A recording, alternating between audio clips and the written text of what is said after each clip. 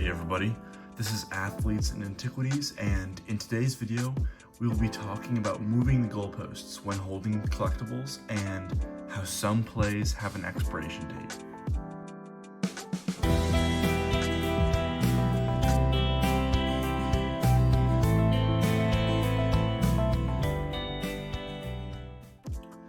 So I just wanted to make a quick video about this because I've had trouble recently letting go of items that I originally planned on selling. So, when we're spending money on collectibles, such as Pokemon, to resell down the line for a hopeful profit, it's important to have an exit strategy so we don't get caught, moving the goalposts. This is something that I personally struggle with, which is why I thought I'd make a good video. But when I say moving the goalposts, what do I mean? That phrase kind of just refers to the idea that when something is purchased for an intent to profit, there is a vague idea, of when to sell, but when that vague idea comes to fruition, the selling point is pushed back.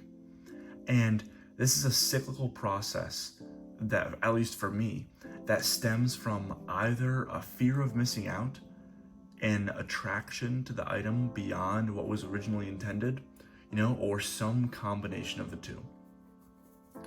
If the situation is the latter of the two, it's hardly a problem.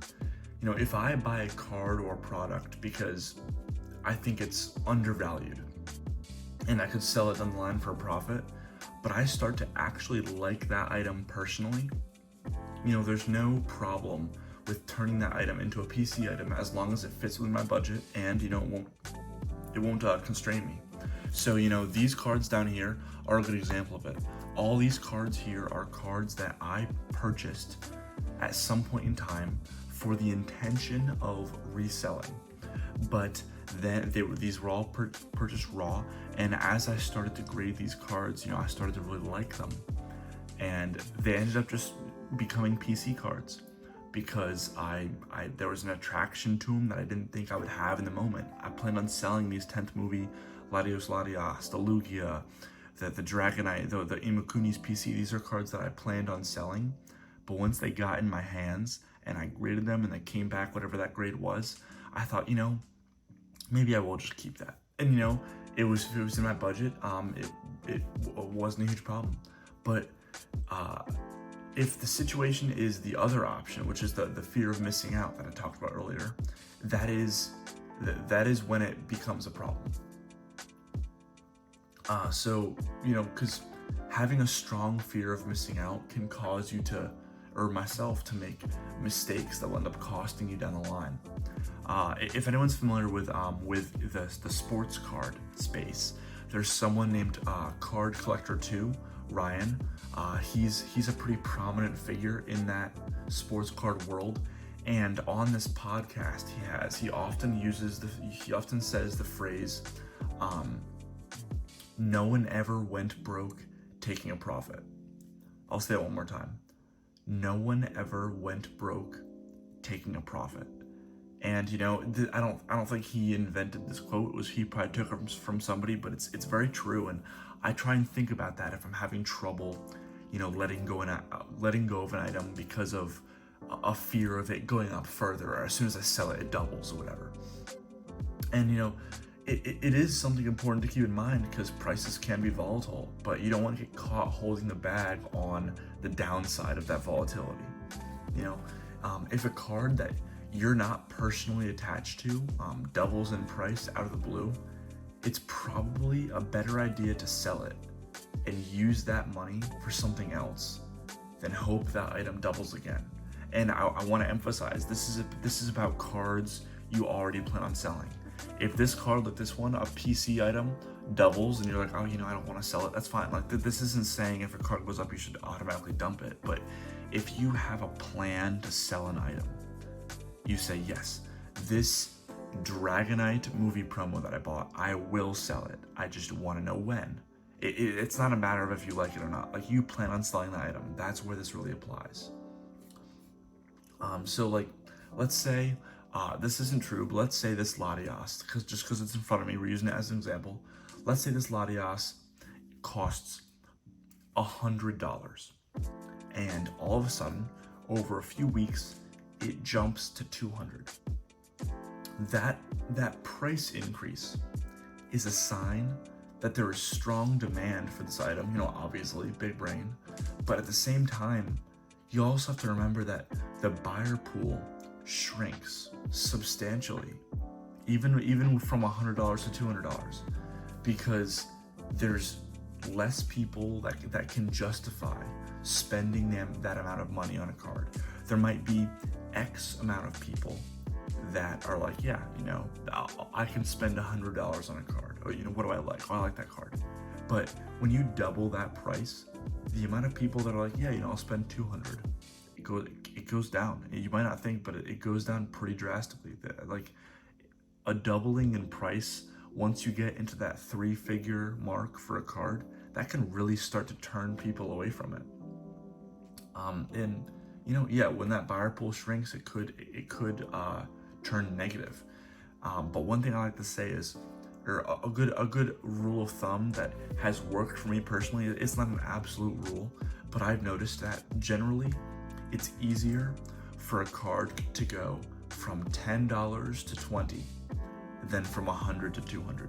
So if I had this $100 Latias that is now worth $200, and I don't personally value it that much, I'm like, oh, I think I want to sell this, and so I sell that for $200.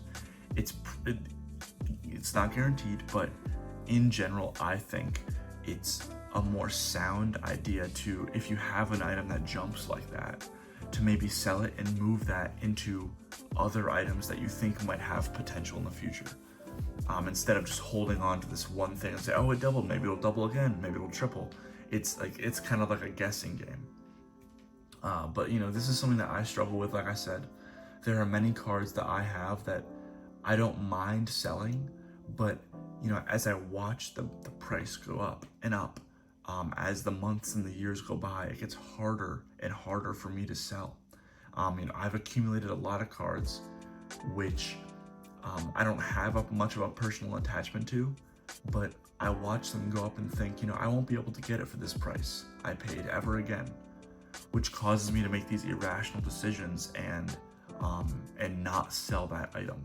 Like one example, like this Charizard Level X. I bought this card way back for about $10. Maybe this was like black and white era. Maybe it was 20. I don't know. It was around that price. Let's say it was $20. I bought a raw, and it graded an 8. And I've sat with it in my collection. I've watched it increase in price tenfold, but I don't really like this card that much. It's a good card, but it doesn't really speak to me. I don't have much personal attachment to it, but I don't sell it because I have this idea in the back of my head, like, oh, what if as soon as I sell it, people come back to level X's again and it goes up in price? And I have that mentality that isn't necessarily the most sound, and I have that with a lot of items. This is just one example. I have stacks of slabs around here, like some random like low pop black and white EX cards, like these random like Call of Legends energies from the play promos, stuff like that. I've been accumulating these, and I'm like, oh, there's only 10 of that in the pop. There's only 5 of that in the pop. I don't want to sell it because what if people start to like it? And it's prolonging the profit that I could take from that item that I could put into something else. And in the long term, it's probably going to end up being a worse decision. So that's why I wanted to make this video.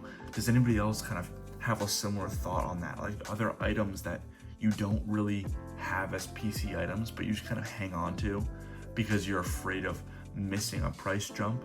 I'd love to hear about it, because I certainly have that in the past. I will be honest. In the past, doing that has benefited me because this hobby has increased to such a great magnitude in the past 10 years. But even with that, it still is a good idea to, if there's something that you're looking to sell, to take your profits and put them somewhere. But that's just me. That's kind of how I'm gonna start to slowly shift my strategies of cards that I have that I've been kicking around. I'm gonna start trying to liquidate those. But do you agree with that? Do you disagree? I'd love to hear your thoughts on that. That's all for today though. Thanks. Bye.